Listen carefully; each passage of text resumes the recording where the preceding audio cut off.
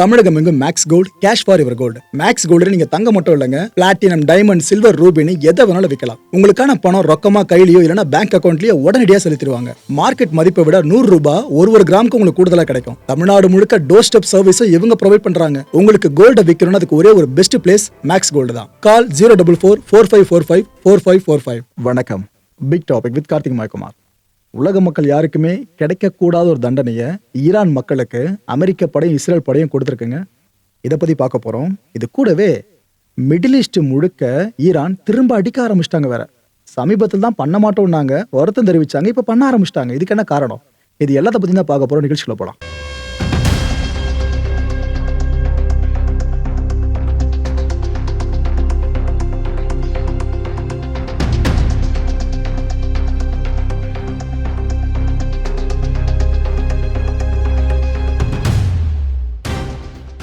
Toxic acid rain. இதை நான் சொல்கிறத கேட்கும் போதே பல பேருக்கும் பதறல. ஏன்னா இதுக்கு முந்தைய வீடியோவில் நான் காண்பிச்சிருந்த அந்த காட்சிகள்லாம் பார்த்துருப்பீங்க. அதான் அமெரிக்க படை இஸ்ரேல் படையும் சேர்ந்து ஈரானில் அடித்ததில் அந்த ஆயில் கிடங்களை எந்த அளவுக்கு தீப்பிடிச்சு எரிந்து அந்த இடம் முழுக்க கரும்புகை சூழ்ந்து அந்த பிரளய காட்சியை பார்த்துருப்பீங்க. ஈரானில் இன்னும் அந்த நிலவரம் இயல்பு நிலைக்கு திரும்பலங்க. அவ்வளோ கஷ்டமாக இருக்குது பார்க்குறதுக்கு.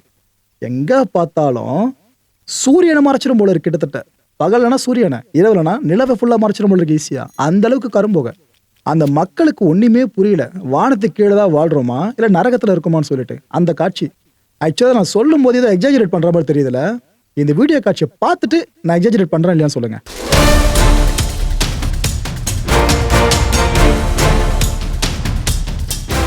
அமில மழை அப்படின்னா இப்படிதான் பொழியோன்றதை நம்ம தலைமுறை இப்போ விட்னஸ் பண்ணிக்கிட்டு இருக்கோல ஈரானை வச்சு. ஆனால் உலக தலைவர்களோட பிரச்சனையில் அந்த மக்கள், அப்பாவி மக்கள் இன்னும் கஷ்டப்பட்டு இருக்காங்க பாருங்க. ஏற்கனவே உயிரிழப்புகள், குழந்தைகளை கொள்றாங்கன்ற பெரிய பிரச்சனை போயிட்டு இருக்கு. இது பார்த்தா இன்னும் பல பேரும் மூச்சு திணறி சாகிற மாதிரி இந்த கொடுமை வேற அரங்கேற்றி விட்டுருக்காங்க. ஐஆர்ஜிசி இவங்க இப்போ என்ன தெரியுமா சொல்லியிருக்காங்க? எங்க அமெரிக்கா நினைச்சிட்டு இருக்குல்ல ஏதோ எங்களால் பெருசாக இந்த போரில் தாக்கு பிடிக்க முடியாது அப்படின்ட்டு, அதை நாங்கள் உடைச்சிட்டோம். பார்த்தீங்களா, இவ்வளோ நாட்கள் நாங்கள் தாக்கு பிடிச்சிட்டோம், திருப்பி அடிக்கிறோம், அதை உடைச்சிட்டோமா? எங்களால் இன்னும் 6 மாசங்கள் வரைக்கும் போர் நடந்தாலும் எங்களால் அந்த போரில் தாக்கு பிடிக்க முடியும்ன்றாங்க. திருப்பி அடிக்க முடியும்னு சொல்கிறாங்க. யாரு? ஈரான். ஆனால் அமெரிக்கா இந்த ஸ்டேட்மெண்ட்டை பார்த்து சிரிக்குது. அவங்களால அவ்வளோ வாய்ப்பே இல்லைங்க அப்படின்னு அமெரிக்கா சொல்லுது. ஆனால் ஐஆர்ஜிசி தெளிவாக சொல்கிறாங்க 6 மாதத்தை தாண்டி கூட எங்களால் பண்ண முடியும் அப்படின்ட்டு. ஒரு மேட்ரு ஒன்று சொல்கிறாங்கன்னா உள்ளே எதுவுமே காரணம் இல்லாமல் இருக்காதுல்ல. அது என்ன தெரியுமா காரணம்? இங்கே இது வரைக்கும் நாங்கள் பழைய மிசைல்ஸை மட்டும்தான் லான்ச் பண்ணியிருக்கோம். இதுக்கப்புறம் தான் புது புது மிசைல்ஸ் நீங்களாம் பார்க்க போறீங்க. அதெல்லாம் இப்போ தான் நாங்கள் வெளியே எடுக்கிறோன்ட்டு ஐஆர்ஜிசி இப்போ கிளைம் பண்ணியிருக்கு. ஸோ இந்த விஷயம் உண்மையாக இருக்கும் பட்சத்தில் அவங்களால 6 மாதம் இல்லை அதுக்கு மேலேயே தாக்கு பிடிக்க முடியும். ஸோ இது வரைக்கும் பார்த்ததெல்லாம் வெறும் ட்ரைலர் அடி போல இருக்குங்க ஈரான் அடிச்சது. இதுக்கப்புறம் மெயின் பிக்சரை காட்ட போகிறோன்ற மாதிரி சொல்லியிருக்காங்க. என்னென்ன நடக்க போகுதோ. அமெரிக்காவோட டிஃபென்ஸ் டிபார்ட்மெண்ட் இருக்குல்ல, அவங்க இப்போ ஒரு அப்டேட்டை வெளியிட்டிருக்காங்க. இந்த கான்ஃப்ளிக்ட்ல இதுக்கு முன்னாடி உயிரிழந்த அமெரிக்கன் சோல்ஜர்ஸோட எண்ணிக்கை 6 பேர். நம்ம அந்த லிஸ்ட்டை ஃபுல்லாக பார்த்தோமா, யார் யாருன்னு எல்லாரையும் பார்த்தோமா. இந்த பட்டியலை இன்னொருத்தரும் அணிஞ்சிருக்காரு, 7வது அமெரிக்கன் சோல்ஜர். ஆக்சுவலாக இப்போ நடந்த கடைசி ஸ்ட்ரைக்கில் கொல்லப்பட்டவர் கிடையாது. ஆக்சுவலாக ஒரு வாரத்துக்கு முன்னாடி ஸ்ட்ரைக் ஆரம்பிச்சது பார்த்தீங்கன்னா அந்த டைமில் அப்போவே அவர் காயம்பட்டு இருக்காரு. அவருக்கு ட்ரீட்மெண்ட் கொடுத்துட்டு இருந்திருக்காங்க. பட் அவரை காப்பாற்ற முடியல. அந்த காயம் படுகாயமாக இருக்கவே அவரோட உயிர் போயிடுச்சுங்க. இந்த விஷயத்தை தான் அமெரிக்க பாதுகாப்புத்துறை இப்போ அறிவிச்சிருக்காங்க. இப்படி அமெரிக்கன் சோல்ஜர்ஸ் ஒருத்தொருத்தர் உயிர் போக போக எதிரிகள் சார்ந்து 100 பேர் உயிர்களை எடுத்துக்கிட்டு இருக்காங்க போல இருக்கு. எப்படி இந்த காசா இஷ்யூவில் இஸ்ரேல் படையில் ஒருத்தர் செத்தா அந்த பக்கம் 40 பேர் சாவாங்க இந்த ப்ராக்சி சைட்ல இருந்து. கிட்டத்தட்ட அதே ஃபார்முலால தான் இங்கே போய்கிட்டு இருக்கு. டொனால்ட் ட்ரம்ப் இவர்கிட்ட ஒரு கேள்வி கேட்குறாங்க, எங்க எப்போதாங்க இந்த போர் முடியும் அப்படின்னு சொல்லிட்டு. அப்போ ட்ரம்ப் என்ன சொல்றாரு? இப்போதைக்கு என்னால் எதுவும் சொல்ல முடியாதுங்க. நான் அந்த டார்கெட்னு ஃபிக்ஸ் பண்ணியிருக்கல, ஈரானில் இருக்க இந்தந்த பெரிய அரசியல் தலைகள்லாம் தூக்கணும், ஈரானோட ராணுவ தலைகள்லாம் தூக்கணும்னு சொல்லிட்டு. அந்த தலைகள் மிச்சம் கொஞ்சம் பேர் இருக்காங்க பாருங்க, நான் அவங்கள தூக்கிட்டுறேன் ஃபர்ஸ்ட். அதுக்கப்புறம் கரெக்டாக முடிவு பண்ணி அந்த டேட்டை நான் அனௌன்ஸ் பண்ணுவேன், எப்போ போற முடிக்கலாம் அப்படின்னு இவர் சொல்லியிருக்காரு. புரியுதா? ஈகோ, தலைவர்களோட ஈகோ அப்படின்றது நான் சொன்னாதான் உலகத்துக்கு இது தெரியணும், நான் சொல்லலைன்னா அது வெளியே தெரியவே கூடாது. அந்த ஈகோ தான் இந்த மனுஷனை பிடிச்சி இப்படி ஆடிட்டு இருக்க மாதிரி இருக்கு. இது மட்டும் இல்லாமல் இந்த போர் முடிவு காலம் சார்ந்து நான் என்ன ப்ரெஷருக்குலாம் உட்படுத்திக்க முடியாது. நாங்கள் டார்கெட்ஸ் அச்சீவ் பண்ணி முடிச்சிடுறோம், அதுக்கப்புறம் போரை நிறுத்தத்தை பற்றி பேசுகிறான்னு திரும்ப திரும்ப சொல்லியிருக்காப்புல. கரெக்டான நேரத்தில் கரெக்டான டிசிஷன் எடுப்போன்ட்டோம் அவர் சொல்லியிருக்காரு. இது எப்படி கரெக்ட்னு சொல்றதும் புரியல. இவர் அமெரிக்க அதிபரா இந்த ஓத் செரிமனியில் கலந்துட்டார், ஞாபகம் இருக்கா? அவர் பதவி வைத்தார் பாருங்க. அப்ப என்ன சொன்னாரு? உலகத்துல போரே இல்லாத ஒரு நிலைமை நான் கொண்டு வருவேன், போர்லாம் பார்த்து என்ன கண்டா ஓடுன்ற மாதிரி சொல்லிட்டு இருந்தாரு. இப்போ அவரை பார்த்து தான் உலகம் ஓடுது. என்னப்பா எவ்வளோ போர்களுக்கு காரணமா இருக்கீங்க அப்படின்ட்டு. சொன்னது ஒண்ணு செய்யறது ஒண்ணுன்ற மாதிரி பல தலைவர்களை கை காட்டுவோம். அதுல ட்ரம்ப்பும் சேர்ந்த மாதிரி இருக்கு. சரி, ரைட்டு. இந்த ஈரானோட அதிபர் இருக்கார்ல, மசூத் பெசஷ்கியான், சமீபத்தில் ஒரு வீடியோ வெளியிட்டு இருந்தார். கண்டிப்பா நம்ம சேனல்ல பார்த்துருப்பீங்க. அதை இது போல நாங்க அண்டை நாடுகளை தாக்குறதுக்கு காரணம் இதுதான், இது போல நம்ம ரீஜன்ல ஒரு நாட்டுக்கு பிரச்சனை, நீங்களாம் வந்து காப்பாற்றணும், ஆனா நீங்க யாருமே வரமாட்டீங்க, அதுக்கு பதிலாக நீங்க என்ன பண்றீங்க, எதிரிகளுக்கு ஹெல்ப் பண்றீங்க, உங்களோட வான்பரப்பு உங்களோட தரைப்பரப்புலாம் கொடுக்குறீங்க, பயன்படுத்திங்க அப்படின்ட்டு ஈரானுக்கு எதிராக இதெல்லாம் கண்டிக்கிற மாதிரி தான் நாங்கள் உங்களை அடித்தோம், ஆனா தப்பு தான், மன்னிச்சிருங்க அப்படின்னு வருத்தத்தை பதிவு பண்ணாப்புல மசூத் பெசஷ்கியான். இன்னொரு விஷயத்தையும் கூடிய சொன்னாரு, நாங்க இனிமே அடிக்க மாட்டோம் மிடில் ஈஸ்ட்ல எங்கேயும், ஆனா நீங்க எங்களை தொற்ற வரைக்கும் நாங்க அடிக்க மாட்டோம்னு சொன்னாரு. நீங்கன்றது மிடில் ஈஸ்ட்ல இருக்கிறவங்க மட்டும் இல்ல, அமெரிக்க இஸ்ரேல் பட இவங்களை அடிக்கிறாங்கன்னா அதுவும் நீங்கன்ற கேட்டகரி கீழே வந்துடும். இதை நான் எப்படி இவ்வளோ ஆழமாக சொல்கிறேன் தெரியுமா? இதுக்கப்புறம் சில காட்சிகளை பார்க்க போறீங்க, அதுக்கப்புறம் உங்களுக்கே கொஞ்சம் நான் சொல்கிறேன்னு சொல்லிட்டு. துபாய் ஏர்போர்ட் இருக்குல்ல, அது கொஞ்சம் கொஞ்சமாக இயல்பு நிலைக்கு திரும்பிச்சிங்க. ஓகேப்பா, பார்க்க சந்தோஷமா இருந்துச்சு. இன்னொரு பக்கம் என்னாச்சு, துபாய் மெரினா இருக்குல்ல, அங்கே ஒரு ட்ரோன் விடுது ஒன்று. இன்னொரு பக்கம் யுனைடெட் அரபு எமிரேட்ஸில் எந்த அளவுக்கு ட்ரோன்ஸ் மிசைல்ஸ் லான்ச் பண்ண முடியுமோ ஈரான் அந்த அளவுக்கு லான்ச் பண்ண ஆரம்பிச்சிட்டாங்க.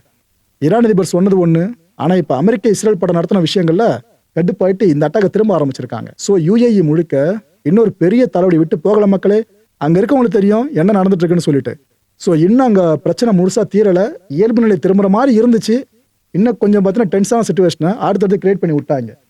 ஆனால் அவங்களும் எந்த அளவுக்கு முடியுமோ அந்த அளவுக்கு இன்டர்செப்ட் பண்ணிட்டு இருக்காங்க. இந்த யுனைடெட் அரபு எமிரேட்ஸில் மிசைல்ஸ் ட்ரோன்ஸ்லாம் அடிச்சு காலி பண்ணுறாங்க. அப்புறம் இந்த ஜெட்ஸ் இருக்குல்ல, அதை பயன்படுத்தியும் இந்த த்ரெட்ஸ்லாம் அடிச்சு காலி பண்ண ட்ரை பண்ணிட்டு இருக்காங்க. ஆனால் கை கொடுக்குது, பட் அதையும் தாண்டி சில மிசைல்ஸும் ட்ரோன்ஸும் வந்து விடத்தான் செய்யுது. ஸோ துபாய் ஏர்போர்ட் எந்த அளவுக்கு எலுமணிக்கு திரும்பிச்சு அந்த காட்சியை பார்த்துருங்க.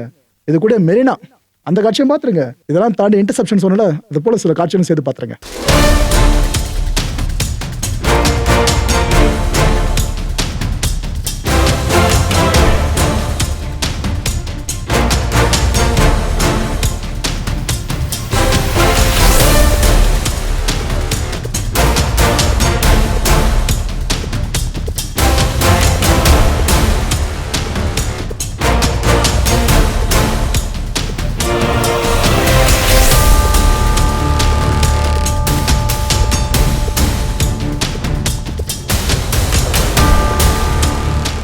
அடுத்து பஹ்ரைன் கிட்ட வாங்க. பஹ்ரைனில் இந்த ஷாகித் ட்ரோன்ஸ்னு கேள்விப்பட்டிருப்பீங்க. சமீப காலமாக ஈரானோட அந்த ட்ரோன் தான் பஹ்ரைனை ஒரு வழி ஆக்கிட்டு இருக்கு. அதே ட்ரோன் பஹ்ரைனில் இருக்க பில்டிங் வரைக்கும் பதம் பார்த்து வச்சிருக்குங்க. இப்போ அந்த மாதிரி பார்க்கறதுக்கு மேலே மட்டும் எரியிடுது. பில்டிங்கோட நிலைமை இதுதான். ஈரானோட ஷாகித் ட்ரோன் ஹிட் பண்ணி இந்த அளவுக்கு அங்கே நெருப்பு பிடிச்சிக்கிட்டு இருக்கு. 4 பேர் படுகாயம் அடைஞ்சிருக்காங்க. சீரியஸ் வூண்டு ஒன்றும் 32 பேர் காயமடைஞ்சிருக்காங்க. அவங்களுக்கு ஹாஸ்பிட்டலில் ட்ரீட்மெண்ட் கொடுக்குற ப்ரொசீஜர் ஒரு பக்கம் போயிட்டு இருக்கு.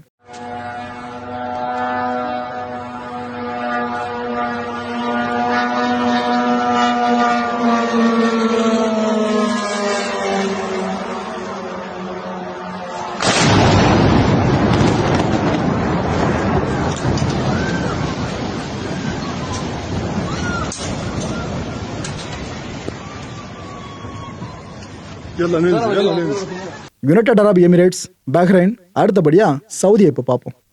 சவுதி அரேபியாவில் பிரச்சனை இல்லைன்னு பல பேரும் சொல்றாங்களே, இல்லைங்க அங்கேயோ பிரச்சனைன்னு முடியல. அதுக்கு சான்றான ஒரு காட்சியை காட்டுறேன். 4 ட்ரோன்ஸ் இந்த ஷியாபா ஆயில் ஃபீல்டு இருக்குல்ல சவுதி அரேபியாவில், அதை நோக்கி போயிருக்கு. ஈரான் அனுப்பிச்ச 4 ட்ரோன்ஸ். இதை சவுதி அரசிட்ட கேட்டால் என்ன சொல்றாங்க, இல்லைங்க நாங்கள் இன்டர்செப்ட் பண்ணிட்டோம், அதை நாங்கள் நடுவான்ல அடிச்சிட்டோம், இங்கே எந்த த்ரெட்டும் இல்லைன்னு அவங்க சொல்றாங்க. ஆனால் அதை தாண்டி ஒரு சின்ன டெப்ரி கூட அங்கே இருக்கவங்களுக்கு தாக்கத்தை ஏற்படுத்தாமல் இருக்குமா என்ன? ஏன்னா கொலாட்ரல் டேமேஜை தவிர்க்க முடியாது ஒன்றா பார்ப்போம். அதுக்கு தான் சொல்கிறேன். இதில் சவுதி அரசு இப்போ ட்ரிகராக என்ன தெரியுமா சொல்லியிருக்காங்க, ஈரான் இதே போல் மாறி மாறி எங்களை அடிச்சுட்டே இருந்துச்சு அப்படின்னா நாங்கள் பார்த்துட்டு இன்னும் சும்மா இருக்க மாட்டோம். இதுக்கெல்லாம் சேர்த்து வச்சு ஒரு பெரிய தோல்வியை ஈரான் ஃபேஸ் பண்ண அதுக்கு நாங்களும் காரணமாக இருப்போன்ற மாதிரி சொல்லியிருக்காங்க. அது மட்டும் இல்லை, ஈரானுக்கு எங்களுக்கும் ஏதோ எதிரி நாடுகள்ன்ற மாதிரிலாம் கிடையாதுங்க. ஆனால் அவங்க எங்கள் நாட்டு மக்கள் பாதுகாப்பு சார்ந்து இப்போ த்ரெட்டை ஏற்படுத்துகிறாங்களா, ட்ரோன்ஸு மிசைல்ஸ்லாம் அமிச்சு. இதை பார்த்து நாங்கள் எப்படி சைலண்டாக இருக்க முடியும் அப்படின்னு அவங்க கேட்க ஆரம்பிச்சிருக்காங்க. இதில் இன்னொரு விஷயம் நீங்கள் தெளிவாக புரிஞ்சுங்க மக்களே, அமெரிக்க ராணுவம் எந்த அளவுக்கு பவர்ஃபுல்னு உங்களுக்கு தெரியும். அவங்களால அமெரிக்காவை 100% காப்பாற்ற முடியும். ஆனால் அதே அளவு மிடில் ஈஸ்ட் முழுக்க இருக்க அவங்களோட பேசஸ் சார்ந்து அங்கே இருக்க நாடுகளை காப்பாற்ற முடியுமா? அமெரிக்காவால் தன்னிச்சையா? கஷ்டம் தானே. அதை இப்போ தெளிவாக நீங்கள் புரிஞ்சுப்பீங்க. யூஎஸ் எம்பசி ஸ்டாஃப் இருக்காங்களே சவுதி அரேபியா சார்ந்து, அவங்க எல்லாரையும் அங்கேருந்து வெளியே எவாக்குவேட் பண்ணுற வேலையை ஆரம்பிச்சிட்டாங்க அமெரிக்கன்ஸு. இப்போ அவங்களோட வாகனங்களை ஒன்று ஒன்றா சவுதியை விட்டு வெளியே போக ஆரம்பிச்சிட்டு இருக்கு. இந்த காட்சியை நீங்கள் இப்போ ஃபுல்லாக பார்த்துருங்க.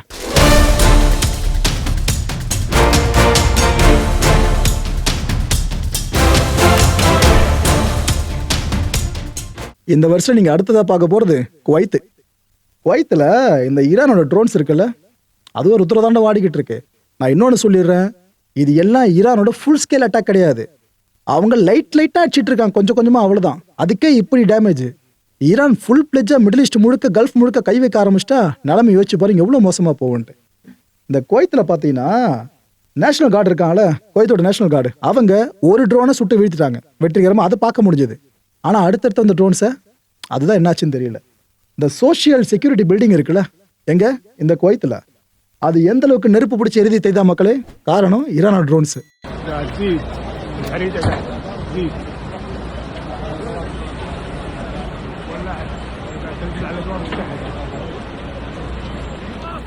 அப்படியே கத்தார் பக்கம் வாங்கல. கத்தார்ல இந்த ஆர்ம்டு ஃபோர்ஸஸ் இருக்காங்களா, அவங்க முடிஞ்ச அளவுக்கு மிசைல்ஸை இன்டர்செப்ட் பண்ணிட்டு இருக்காங்க. அதுவும் இந்த இன்டர்செப்ட் பண்ற சவுண்ட் இருக்குல்ல, அதை கேட்டிருக்கீங்களா இதுக்கு முன்னாடி? அதாவது ஒரு மிசைல் வருது, இல்ல ஒரு ட்ரோன் வருது, அதை நடுவான்லயே தாக்கி அடிக்கிறது இவங்க ஒரு மிசைலை லான்ச் பண்ணுவாங்க. இந்த விஷயத்தை இன்டர்செப்ட்னு சொல்லுவோம். ஜெட் மூலமா இதை பண்ணுவாங்க. இப்ப கத்தார்ல இருக்க மக்கள் இதை நேர்ல ஃபேஸ் பண்ணிட்டு இருக்காங்க, கேட்டுக்கிட்டு இருக்காங்க.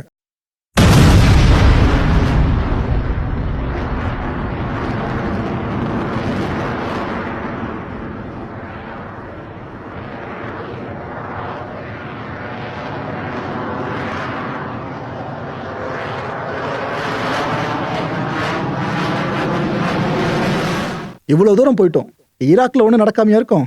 அங்கே ஈரான் அடிச்சிருக்குங்க. இந்த ஈராக்கோட பாக்தாத் ஏர்போர்ட் இருக்குல்ல, அதுக்கு அருகில ஈரான் ட்ரோன்ஸை லான்ச் பண்ணிருக்கு. இதை இன்டர்செப்ட் பண்ணிட்டோன்னு அவங்க சொன்னாலும், யாரும் இந்த ஈராக் அரசு சொன்னாலும், அங்க லைட்டா ஸ்மோக்கு கிளம்புறதையும் பார்க்க முடியுது.